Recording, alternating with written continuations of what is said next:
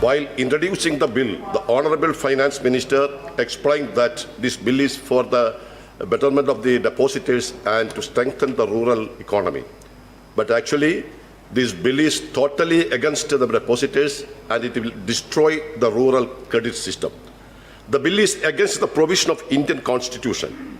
Either to the cooperative society and the cooperative banks in each state was registered and managed by the state laws. RBI appointed a committee in 1951 to study about the cooperative movement under the chairmanship of A.D. Gorwala. The committee submitted a report in 1951 with a conclusion: cooperation has failed in India, but it must succeed. The report is called the Magna Carta of the cooperative sectors, which makes a structural change in the cooperative society history of India. Cooperative all over the world functioning on a set of principles of promulgated by the International Cooperative Alliance. Democratic member control and autonomy and independence are the two cardinal principles of them. As per the proposed amendment, RBI will supervise all the cooperative banks, whether it is primary, urban, districts, central or apex. RBI was superseded the elected board of directors and appoint chairman to the board of directors. This bill shows government interference against democracy and violates the cooperative principle. Cooperative society all over the world are found to obey cooperative principles and ensure the democratic management. As per the Montagu-Chelmsford administration reforms of 1990, cooperation has become a state subject. That means each state can prepare their own laws for the administration of the cooperatives of the state. As per the proposed amendment, UPA government recommended a uniform law for all states in the country. The Parliament has passed a model law and sent to approval by the respective state government. After making amendments, if any, as corporation is a state subject, the central government has no such power to insist a common law for the whole country. As the economic, social, educational, cultural policy of each state is entirely different from one another, it is particularly impossible to implement a common law throughout the country. The central government could administrate and manage only multi-state cooperative society organization formed by the Multi-State Cooperative Society Act.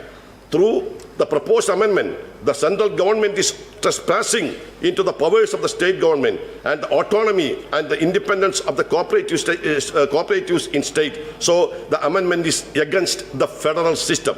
Up to 1981, the rural credit facility of the country was managed by the Department of Reserve Bank by the name ARDC.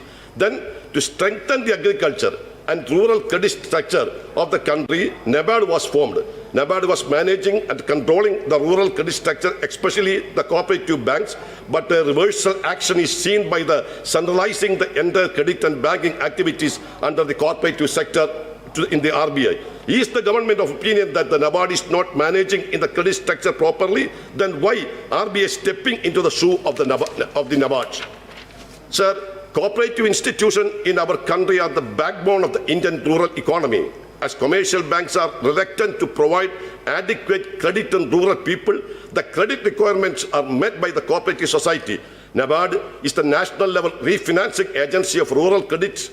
Until 1982, it was performed by NARDEC, but when the RBI take over the entire credit and banking activity under the cooperative sector, NABARD has no role to play. Then why there is an institution called NABARD?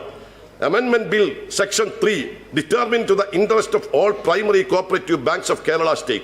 In our state, primary service cooperative society is doing banking business under the direct control of the state and district and state cooperative banks. That system is functioning successfully to the last so many years. It is the backbone of the rural economy of the state. The entire rural public and farming community is benefited by the primary service cooperative banks. Through the proposed amendment, they can't use the name bank, banker or banking. Sir, why you are killing the successful institution which is functioning well in our state? Amendment 12(1) to make public issue of shares and private placement of is against the very cooperative principle. A loanee is taking loan from a cooperative society will have to keep a small percentage of the loan amount in the society, which is called share linking. that is the equity of the institution. After closing the loan, the member is entitled to withdraw his shares as per the condition imposed by the state government. Sir, no, please, I am the first man in Congress party. But now, through the amendment, told to shareholder is prevented from withdrawing his share in a society. What is the justification for the amendment? A scheme of moratorium, rescheduling or restructuring of loan in the prerogative of the respective institution under the direction of the state government. But now the central government is aspiring to the powers of the state government, the power to declare moratorium of any kind of waiver is to be vested with the authority of the state government. It is pertinent to note that even after repeated requests to the apex court, government has not informed its opinion regarding the payment of interest and the compound interest of the deferred amounts under the moratorium. Sir, the object of the cooperative movement is uplift of the poor. The members are the supreme authority of the cooperative society. The bill says the RBI is the supreme authority. Sir, I am concluding. This bill destroys the cooperative spirit and cooperative sector. This is against the democracy and the cooperative principle and against the view of the International Cooperative Alliance. But before concluding, I quote Pandit Jawaharlal Nehru. According to Pandit Jawaharlal Nehru, the idea of cooperation is something much more than merely an efficient and economic way of doing things. It is economic, it is fair, it equalizes and prevent disparities from growing.